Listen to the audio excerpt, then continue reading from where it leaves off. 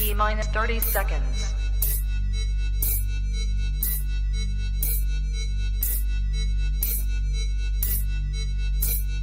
T minus 20 seconds.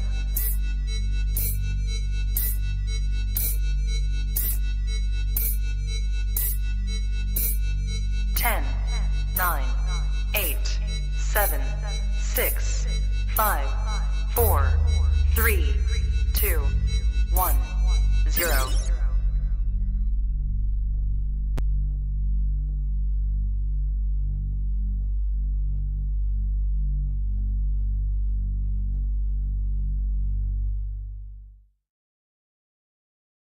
You are now tapped into the coolest reptile podcast in the world. We are live and direct, as you can hear, from the Reptile Super Show at Pomona. This is episode 375. This episode is brought to you by somebody I want you to explain for himself. Who is today's episode brought to you by? Rare Genetics Inc. Ben and Sean and Kayla. We want to help you figure out what you got in your ball pythons and later on other reptiles you've got at the genetic level. That's what we're here for. And that's who I'm sitting down with today here at the Reptile Super Show, live and direct from Pomona. How you doing, Benson? Oh, I'm good. I'm happy. It's pretty here. I like it. Lots of reptile people. Man, it's good to have you here at the Reptile Super Show, all the way from Virginia, right? Yep. Wow. So when did you fly in? I flew in Friday night. Okay, and what's it been like so far for you since you've been here? The weather is definitely beautiful, and I was just mentioning it's been about 15 years since I've been to Southern California, but it's beautiful. Yeah, well, check it out. As you know, a lot of people say, you know, these shows are pretty ball python heavy, okay, which is awesome for you because you have so much to provide to the ball python industry right now. So much to be updated, I feel like. So why don't we just get right into things? First and foremost, what brought you all the way to the Reptile Super Show? So we're here because, first of all, we have been working really hard on developing new tests over the last couple of months, especially.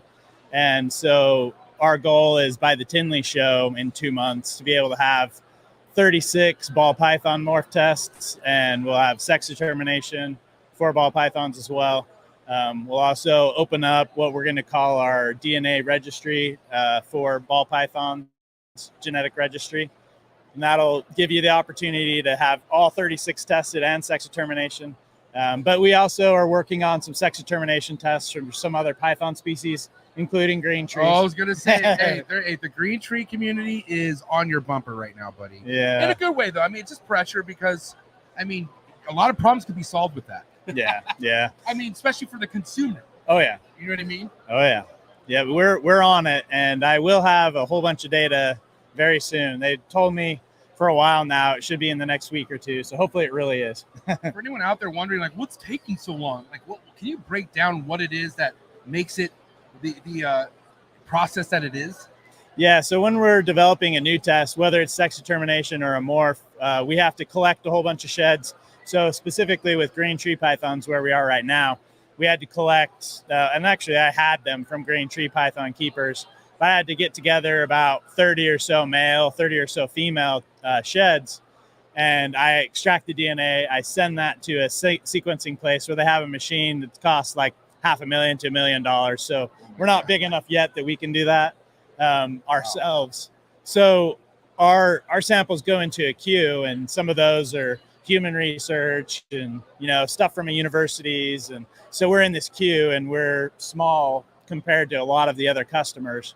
But the good news is they're starting to see that I keep coming back. I keep following up. I keep giving them, you know, hell, and keep sending more sheds to them. So I think over time that part of it will get faster. But this design part where we're mapping and designing something, a big part of the wait time is me getting data back from the genomics center. So let's kind of lay out what people could like have in their mind as far as what's to come, or when is it to come, where things could maybe flow a little bit more consistently as far as people turning in their sheds and getting results.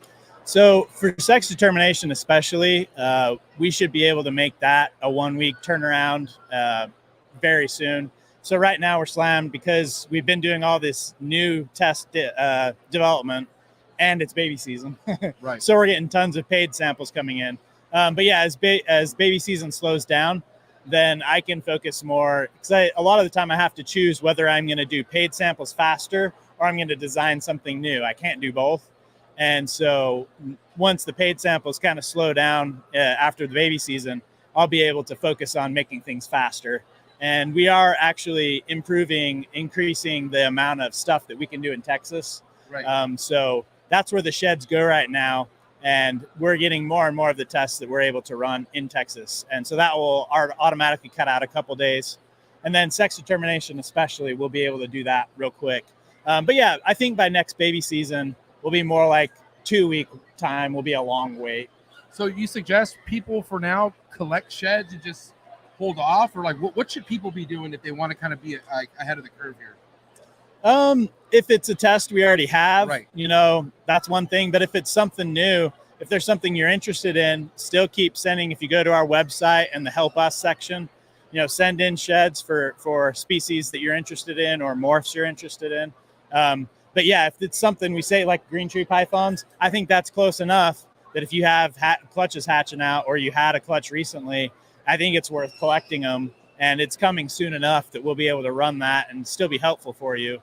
But, some of the things that we haven't made as much progress on, like Heloderma, that's still, I hope, sometime in 2024, but it's far enough out. I don't know that you necessarily want to save sheds yet. Right. I mean, let me ask you this, because of what's happening in the ball python game with what you guys are offering, how many people from different species of communities are coming out to you saying, hey, when are you going to have this? When are you going to have that? Is that constantly happening? Oh, yeah. Right now?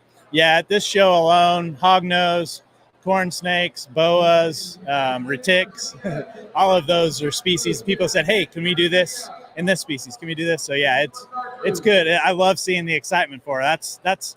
I love ball pythons. I've been got my first one in 1999, hatched out my first babies in 2003, but I love the other species too.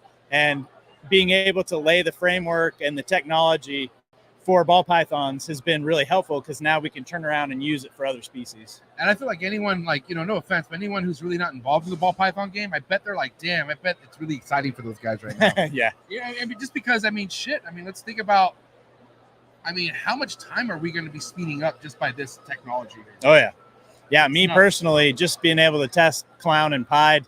I had one male I got from Justin years ago that was a double het, and I had all kinds of double paw sets and stuff. And so just as soon as I was able to run those, I ran them all for myself and sold half my animals, kept the other half. And now I've got triple hets and potential for quad hets that if this wasn't available, I would still be probably 3 or 4 years out. Yeah, so I got to ask you, what do you think of the vibe so far here at the Reptile Super Show? It's interesting. It's a huge place with tons of vendors, but the way they have that laid out, and I would imagine, I haven't been here before, I would imagine COVID kind of made it this way, but it's nice that you have enough space between everything. The way it's laid out, it's not nuts to butts all the time, right, even though there's tons of people. Yeah, listen, I love Tinley, but holy shit, there's a time and place where that place is so packed, where if you need to get to a place, you better be good at ducking and dodging people. Yeah. Because it's a lot different. The booths are I want to say within 10 feet of each other. Yeah. You know what I mean?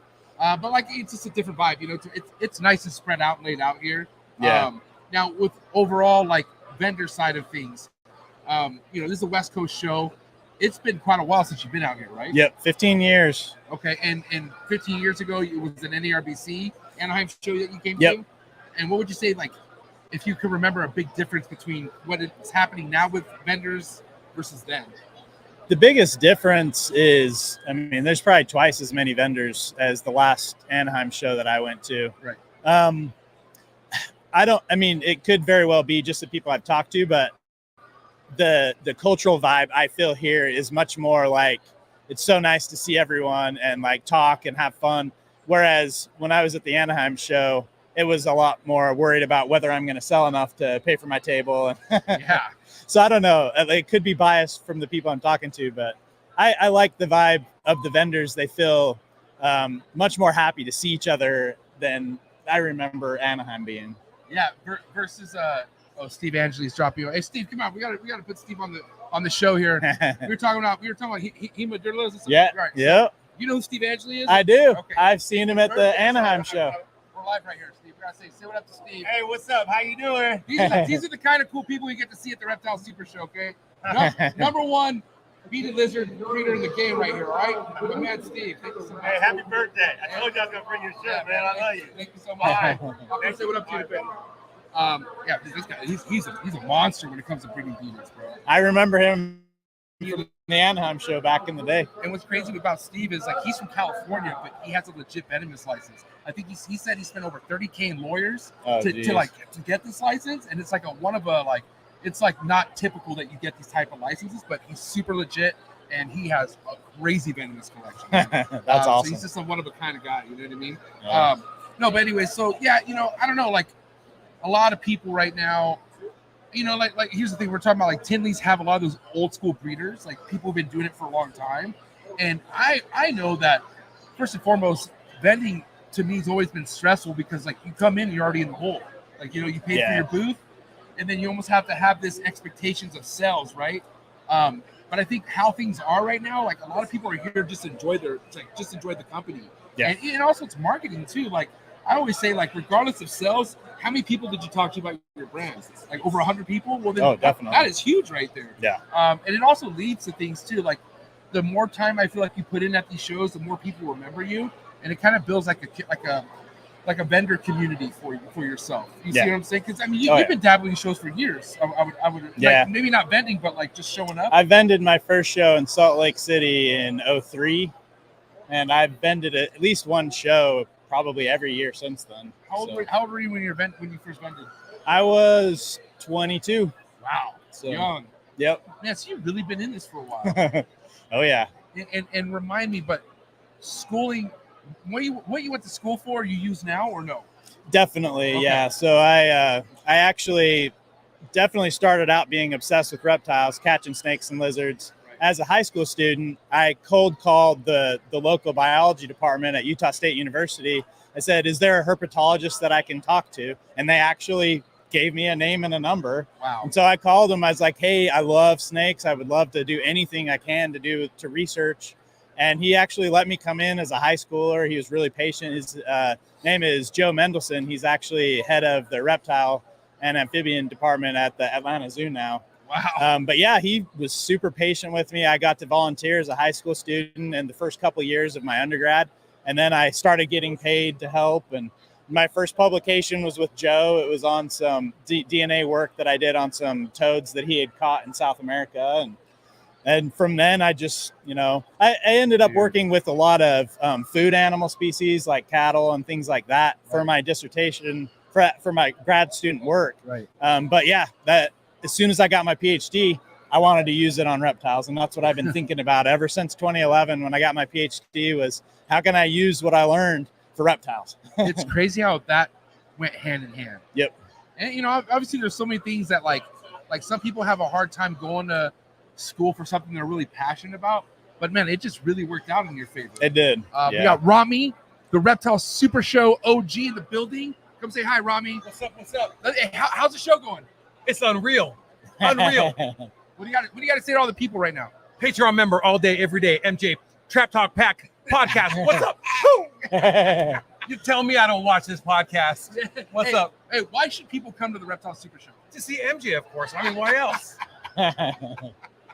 Hey, overall, what do you think of the turnout, audience? Everything? I don't know exactly, but the Fairplex did tell me they had the most cars parked at our event, so it's actually pretty good, which I'm happy for because I just love it. Yeah. You know what I love the most though, MJ, is the kids walking out of here with smiles. That's it, man. When I see a kid walking out, he's got his new pet, his smile, his family happy, everyone's happy, just had a great time at the show. That's most important. Yeah.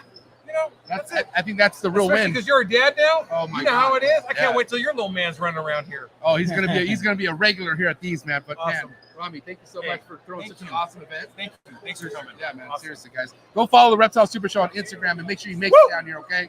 I love that guy, man. No, but I'm curious, man. What were some of the things you really learned and took from when you were vending back in those days? Like, because obviously this hobby it's like almost starter pack ready. Like, okay, you get a logo, get stickers, get shirts, then you go vend. Like, hurry up and go vend, right? But a lot of people almost don't know what they're get themselves into. So, Yeah. like, what were some of the biggest learning curves when it came down to you kind of getting your feet concreted with vending? I would say, looking back, I would say the most important thing is don't think that you have to have everything that everybody else has before you do a show. Right. Like, just go and do it. Can be a smaller one, but just go do one, because there's a lot of things that you're not going to realize till you actually vend a show. No matter how much people tell you, you're not going to know until you do it. So don't wait until you have the right displays and the right lighting and You don't have to have all that stuff. Get some of it so that you feel confident and happy and excited to show your stuff, and go do a show, even if it's a small one.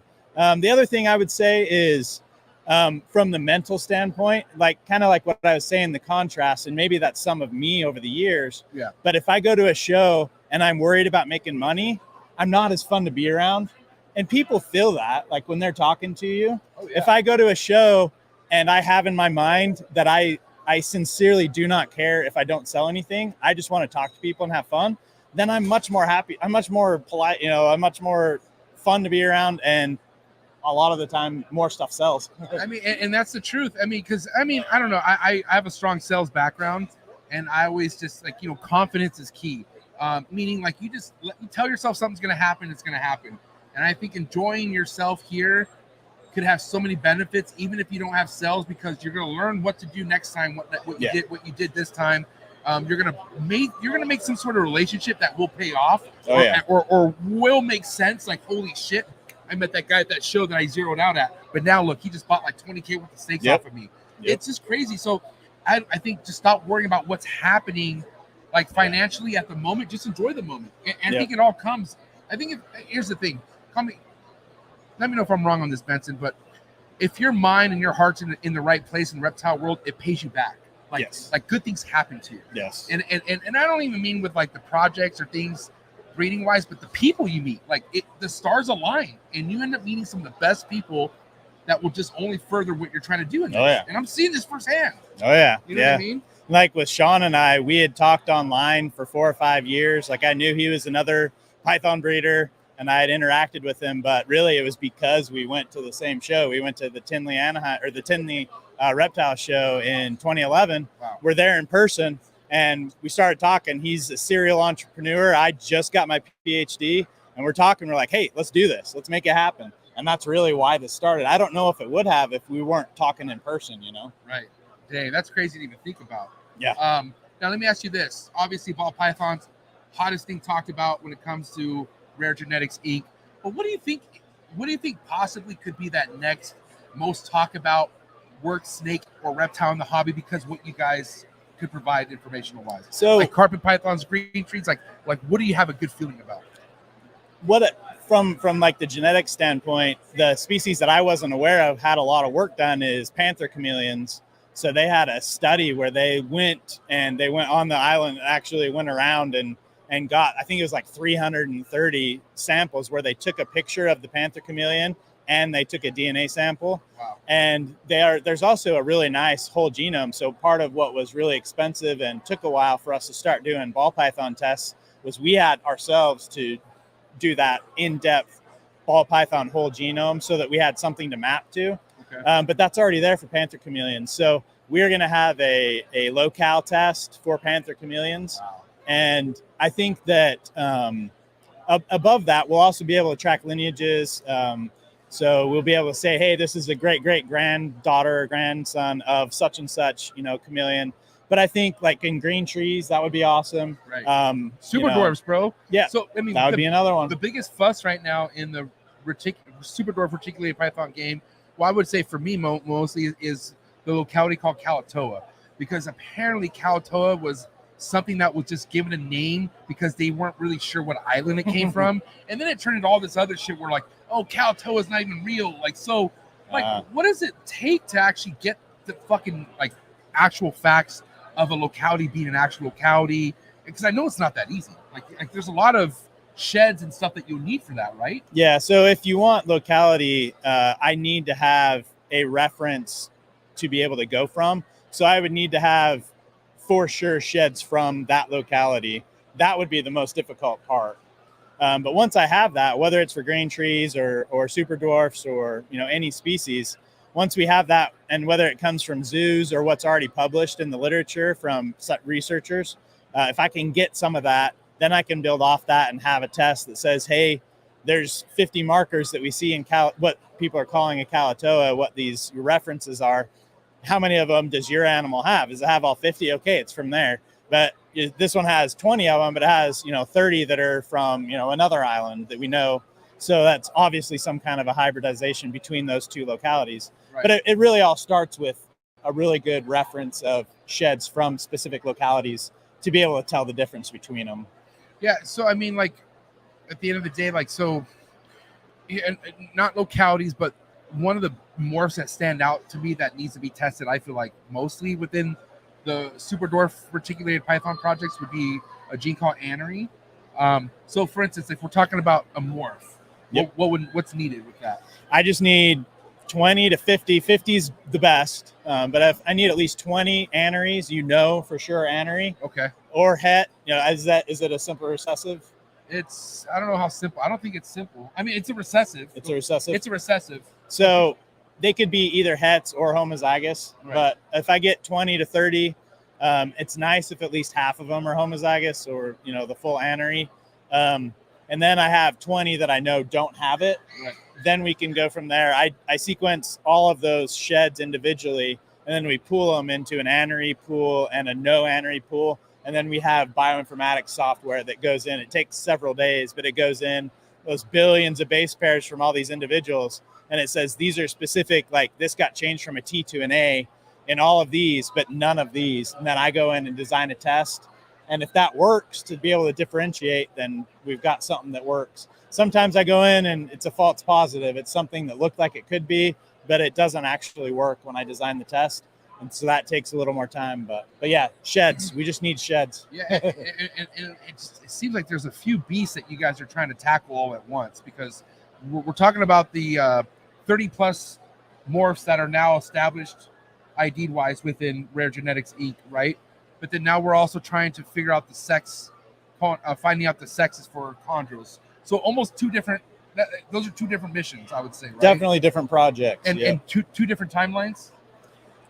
Not really. So as soon as I get that data back, I've already we have someone that helps us with our bioinformatics, which I might be able to talk him into coming to Tinley. If he does, you'll have to meet him for sure. Definitely. But he's already on board. As soon as he gets the data in, he's already figuring out how to analyze and try to turn around a green tree test as fast as we can.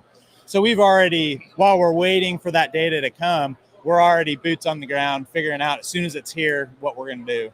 And it's always going to be a first come first serve basis type of thing, or I mean, like for new projects, or just like, okay, let's just say, okay, guys, send in your sheds, or like we can now determine what the sexes are. I'm just saying, man, politics kind of play a big part sometimes, and I don't know if maybe some people might think that, like, for instance, oh, he's always going to do Justin stuff first, or like that type of thing. Like, yeah. So when sheds come in, they all go to Texas right now, paid sheds. Okay. And all they do is by the either day or maybe 2 or 3 days, they just put them all into tubes, and it's just as they come in, they put them into tubes. And once we have enough for a run, they send them to me in Virginia, and I do the run. But yeah, it doesn't matter who they're coming from. We do it like I said, every 2 or 3 days. The very most would be once a week. But everything that came in just all gets put into tubes and sent to me. Wow. And obviously, I got to ask you, because I'm a big monitor guy now. I love my monitors. How far are we from doing stuff like the monitors, like Asian water monitors, the bigger ones? Sex determination or morphs or both? Yeah. I'm just saying, basically the same shit we're doing with snakes. So with sex determination, that would happen a lot faster because it'll be easier for me to get enough sheds to do it. For morphs, I think I have a few like albino, like 3 or 4 albino water monitor sheds. But yeah, it's 100% dependent on sheds. So if after we talk about monitors on this podcast, over the next month, I get 50 monitor sheds in, all of a sudden that's, much quicker. Right. So it's really what people send in. Okay. Now, personally, I'm curious, like, what's going on with your own collection when it comes to production? How much are you producing with this, I'm so just curious. 2022, we had our largest year. I guess I could go back to 2021, we probably had 35, 40 clutches of ball pythons. Wow. And 2 or 3 Honduran milk snake clutches. Last year, 2022, we had 70. I think it was like 68. We had 68 ball python clutches, 5 or 6 Honduran clutches. And then I got really deep into the DNA work, and my partner that does the ball python and Hondurans with me, Kevin, he actually became an apprentice with tattooing. And so we're both super busy. So we got 11 clutches this year. But I can tell you the main reason why is because we've made a very high priority that the animals are taken care of. And that's why we didn't pair them, because we knew we weren't going to have time to take care of a bunch of babies. Yeah. So they're all happy and they're fat and they're ready to give us eggs next year. But yeah, our production this year was very small. And I got to say that's for a good reason, because you guys are swamped. Oh yeah. I mean, it could have been like, some people just say, fuck it. I'm going to try to breed as much as I can. And they're not ready for that type of like overhead. And the next thing you know, they had the biggest season ever, and they're busier than they ever been, Yeah. I've definitely experienced that a couple of times where I produce too many. If I know I'm going to be busy, then I just don't pair very much. I think I see Ty Park. That's Ty Park right there. You know who Ty Park is? I know the name. I haven't met him before. Yeah. Ty Park, ladies and gentlemen, is right in front of me. What's up, Ty? Ty Park, that's Ty Park right here at the Pomona Reptile Super Show. I'm a big Ty fan, man. I love the monitors, I love the lizards, and that guy has one of the biggest, iguana land. You heard iguana land? What he's building down there? Yes. I mean, shit. Think about the iguanas that you could genetically test. And then I have talked to some iguana breeders that are interested. Yeah, this is crazy. This is why you gotta love the Pomona Reptile Super Show. Sometimes you never know who's gonna pop their head in. Real quick, wrap up question for you before I let you go, Ben. What is the biggest thing someone could have to look forward to when it comes to the ball python game? Ball python game, to me right now, especially with the testing, is being able to know, what mix of incomplete dominance you have in your triple recessives and quad recessives. Just that ability. I guess you could call it like the ultimate designer ball pythons. We're moving into a time where you're going to be able to use so many. Like when I started, there was albino and pied, and then like spider started and pastel started, but like there is very few different colors to paint with. And now we've got a ton of them. And now we know how, if you have an animal, you can figure out exactly what it has instead of wondering, does it really have fire? Does it really have yellow belly? We'll know. Well, listen, one thing I want people out there listening to know is that you're going to be seeing a lot of Benson. We're going to be having every other month or so, we'll be having sit downs, updates for everybody out there because of the team over at Rare Genetics Inc. You guys sponsored the trap. And I just want to say thank you so much, Benson. Thank you, Sean. And thank you to the entire Rare Genetic Inc. Team. I'm so excited that you guys are doing what you're doing for the industry, because it's nonstop being talked about. Always being discussed right now. So I love it. It's exciting. Instagram, Rare Genetics Inc. Go follow YouTube as well, because they have how often are you doing stuff? Weekly, every Monday night. Okay. So every Monday night, make sure you go give them a follow. And thank you so much, Benson. We'll be seeing more of you. Okay? Thank you. Give it up, my man Benson, ladies and gentlemen. Matthew Summers, come sit down with me, buddy. We got my dog, Matthew Summers, who's bending right next to me. And I got to say, this is a treat. Me and my buddy, we came from the mud together. We started this, and here he is sitting next to me. Matthew, what's up, buddy? Summers. What's up? God, give me a hug, man. What's up, man? Big Poppy now. I know, man. But you're Big Poppy of the vending scene, buddy. I mean, I haven't sold anything too crazy yet, but hey, you're selling though. Yeah, that's what matters. Third time vending. Third time vending. Two Pomonas, one Anaheim. So many people out there want to know, especially the ones who are looking forward to vend someday. What's it like? What's it been like for Matt? Have you been learning every single show? Let's kind of talk about every show is different. Very different. Pomona and Anaheim, I think location-wise, you get a very different crowd. So I think with Anaheim, you're looking at more of the pet people, not the investors. I think investors more come to Pomona because it's out of the way. If you're going to Pomona, you're going there for a reason, right? You're going to buy a snake. Anaheim, you're going to get people like, let's go check it out. It could be cool, which I'm fine with because I love showing kids snakes and getting them into them, Like I make sure they have hand sanitizer on before they touch my snakes, but I mean, one thing I do notice that your table has the best of both worlds. Like you have stuff for breeders to check out, but it's also family welcome. Like, kids, your parents love being around your tables. I did give you hella props last Anaheim Super Show because I mentioned that it's very important to have more than just reptiles to buy at your booth. Yeah, I try to put a little bit of everything, like shirts, hats. You know, this show I'm slacking a little bit. I thought I had more stuff, and then I opened my case yesterday night, and I was like, dude, I have no stickers, and I've got like 40 business cards. I am a mess right now. This is so bad. He's the best. Typically the best person to be next to is Matthew because he doesn't leave his hand sanitizer at home. He has paper towels on deck. He has his label. I have maker. everything. I bring everything. And me, no, I always forget something. But I remember especially this time, I'm like, dude, you're not jacking Matt's fucking hand sanitizer this time. You need to pack your shit. Did you bring some? Oh, you did bring some. No, I did. No, but I mean, overall, Matt, do you feel like, regardless of sales, how important do you feel like you're getting your brand out to people right You now? have to. I feel like if you want to make your name out there, you have to do shows. Right. Because even if the way I see it is, if I sell enough to cover my booth, and if I get a hotel to hotel, it's free marketing. Right. People are coming by, they're seeing your booth, they're taking your business cards, you're talking to people. They might not buy a snake that day, but they'll take your card. And they might hit you up on Morph Market a week later and be like, hey, do you still have that snake that I held the other day? Yeah, I do. Do you want it? Yeah, sure.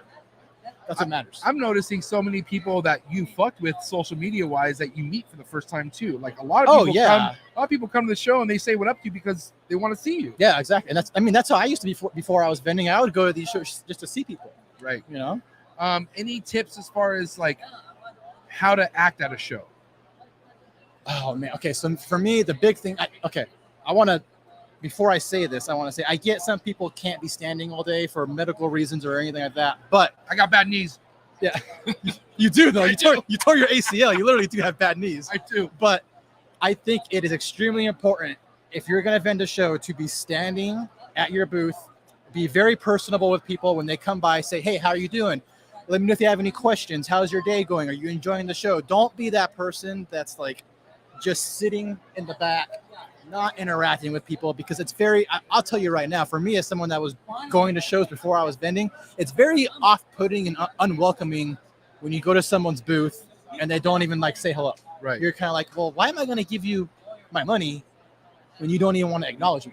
And then keep in mind, especially when the next guy next to you is having a smile on his face, he's like shaking hands and kissing babies. Yeah. Like people are gonna look at you and say, I'm not gonna give this guy my money. Yeah, I mean, it's 4:00 and I'm exhausted. I have not sat down. I don't plan on sitting down because I don't want to be that guy. I'll suffer. Yeah, but I don't want to take you away from your table more than you're good, I have. buddy. I do want to say, Matt, very proud of you. Thank you, buddy. I'm proud of you too, man. Yeah, Look at man. you're a dad now, man. That's Hey, Mama. I knew you before you were married and before you had a kid. That's crazy. I'm not the only one who wants you to have a kid, man. Mama Summers wants you to have a kid too, bro. I know she does. Might need to happen, dog. I got people breathing down my throat, and I'm like, listen, it'll happen when it happens. Rumor on the street, people are demanding more Matthew Summers YouTube videos. When is that going to happen, do you think? I got to get back to it. Honestly, I think the main reason I kind of fell off of it was because I was putting out content that just felt very not passionate and repetitive, and I don't want to be that guy that's just putting shit out to put it out. Yeah, I mean, you should do what you want to do, and day by day. And I want to get back to putting out like clutch videos and all that, because I will say, from numerous people that I've sold snakes to, they tell me they do like it on Morph Market when they go and they see a video of the snakes being either like shown off in the video or the clutch cuttings. They know, oh, this guy's legit. That's the snake. I know I'm not getting screwed. I will say, videos that always did really good for you was when we went touring and we went fucking. Dude, it was so much fun. Your videos always smash, yeah. bro. So who knows? Maybe we can get the ball back rolling again after Leo gets a little bit older. But we can bring Leo to some of the shows. We can bring Leo. That needs more money. That needs more. No, kids fly free, don't they? That's usually? True, they do. Yeah. We don't know how he's gonna be like.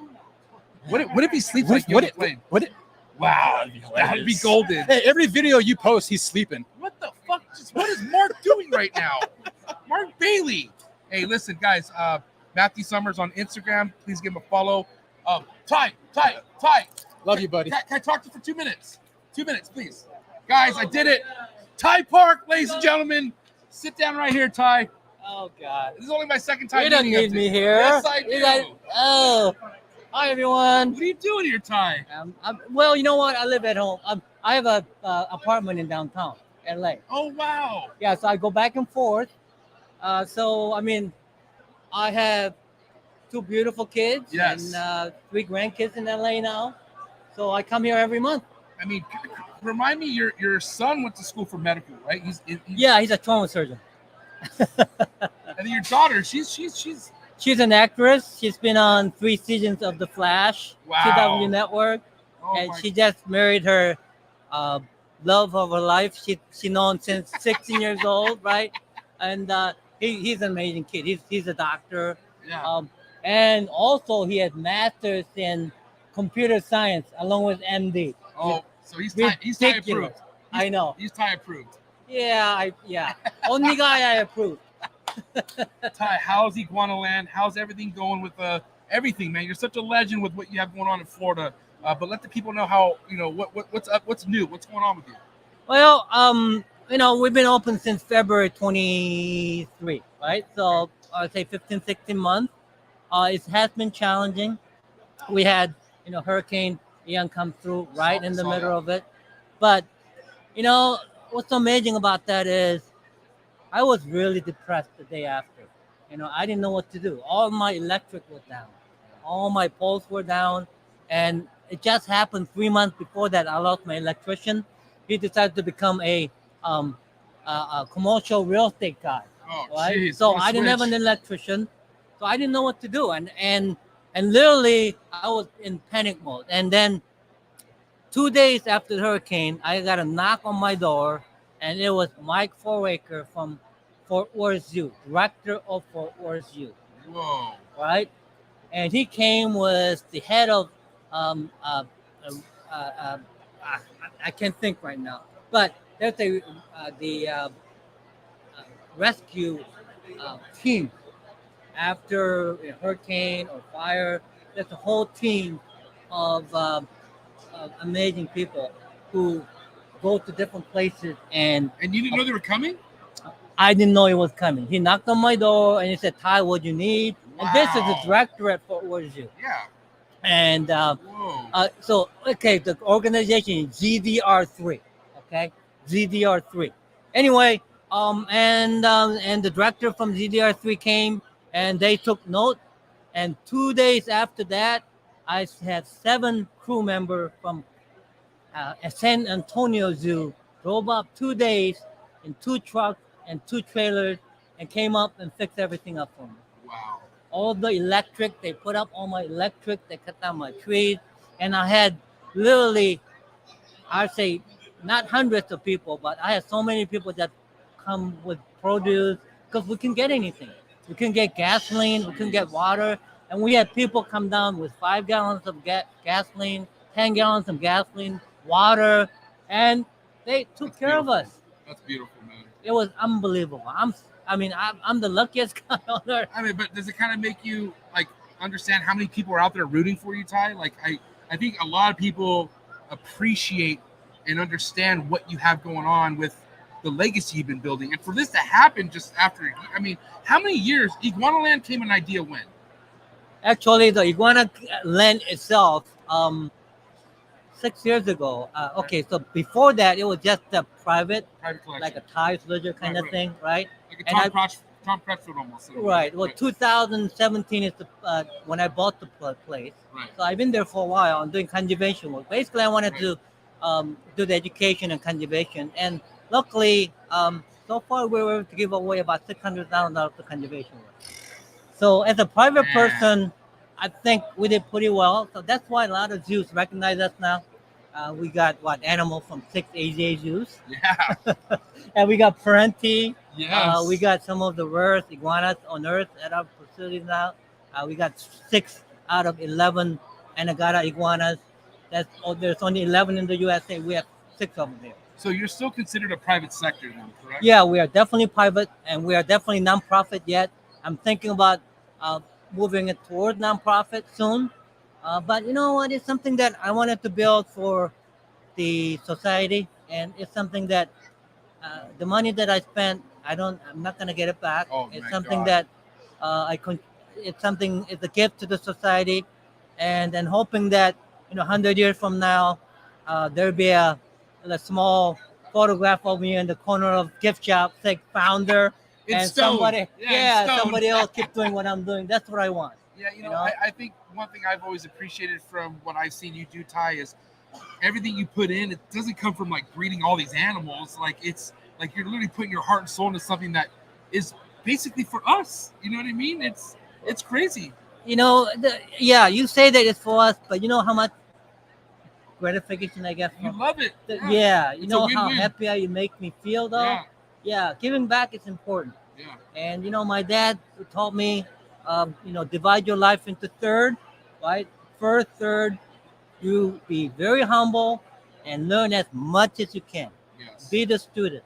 And the next third, he said, work as hard as you can and make much money as you can because you're gonna need it. Right. Because the third part of your life, you're gonna give it away. And that's what it should be about, right? Yeah, Yeah. it is. It is. Now, my wrap-up question for you, Ty. One thing that not talked about, especially for new people coming in, is how they could get back to conservation. What's a good way for somebody to start out there? That's really tough. I mean, you know, first of all, it's really tough to be a reptile breeder and even make a profit, right? And I think for me, I was very lucky that I was able to do other things to make money before getting into reptiles. Right. So that helped. And I think it's, you know, a lot of people have this grandiose idea of, oh my God, I could breed this animal, make money. Most people can't do that. And I think it really has to be passion. If you want to get into breeding reptiles, breed something that you're really in love with, all right? And if you make money on the side, it's great. Don't lose your the job. Don't quit your job, all right? And you're gonna need money to support your hobby. But you know, you work hard and you put your passion and hard work into it, you're gonna make it. And that's when you can think about, okay, am I gonna actually do this for a living? Right. And then you could quit your job, but don't ever quit your job at the beginning. And it's very important, and it's not easy. And I got lucky, and it's only probably less than 1% of us become lucky enough to say, hey, I can make a living doing this, or give back to the society. You know? Yeah. Let the passion lead the way. Yeah, it has to come from passion. It has to. Yeah. Ty, for anyone just to make follow any of your stuff, are you on Instagram or like any social media out there that you have? Yeah, I'm on Facebook. Okay. I have Thai Park, and also Iguana Land, and also I'm on Instagram as Iguana Land Zoo. Iguana Land Zoo. I'll put that information in the description. But guys, give it up for Ty Park. What Oh, a treat man. to have him here. Pomona, give me a hug, man. It's good- Thank you it's so good much. seeing you, buddy. Thank you for All right. stopping me. Okay. Yeah, thank you, man. Have a All good right. one. Bye, guys. Ty Park, ladies and gentlemen. Oh, wow. All right, guys, listen, we're going to call it a day here on this episode, especially after having Ty Park just sit down. This was epic. I think he came by to say hi to Mark Bailey, and then I was like, dude, that's fucking Ty Park. Ty Park at a Pomona Reptile Super Show. So, yeah, that just happened. Do me a favor, guys, if you don't mind, hit that like button, hit that subscribe button, smash that notification bell. That way you're on top of every single podcast I drop here on the Trap Talk Reptile podcast. Sorry, my mind's tripping out right now, man. Fucking Ty Park. Can't believe it. But actually, I'm going to end this so I can go talk more to Ty Park. So fucking, I'm a monitor guy now. And I got some monitor questions. Let's geek out about monitors, okay? Wish you were here, but the Reptile Super Show has been a fucking hit. Day one is almost in the books. If you have the time to come by tomorrow on Sunday, I think you should do that. I'm going to be here. Matthew Summers, fucking Mark Bailey. All right. And we have like a fucking all-star table booth over there with goddamn Antoine Hood, Josh Jackie from Ball Python Shed, Sybil Serpents, Andrew Redwood from Redwood Reptiles. And then right over here left to me, dude, you have Dave Levine, Natural State Exotics, Bomb Projects, Insane Mike, Matt Byram. There's no reason for you not to show up tomorrow if you can, okay? Rami, thank you again. I appreciate it. Again, this episode was brought to you by Rare Genetics, Inc. Okay, make sure you go give them a follow on Instagram, subscribe to their YouTube channel, and I'll catch you guys here Monday night for New Breed on the Block. But guys, that's all we got for this episode. I'll catch you guys. Megan Kelly's calling me. Hold on, let's see what Megan wants. Megan, are you there? Hi, what can I do for you? I'm live on YouTube right now. I'm signing off. Can I sign off and come say hi? I'm on YouTube right now. I gotta go. I'll see you soon. See, now Megan Kelly wants to hang out, guys. Please hit that subscribe button. Mark Bailey, like that joint. It's game time.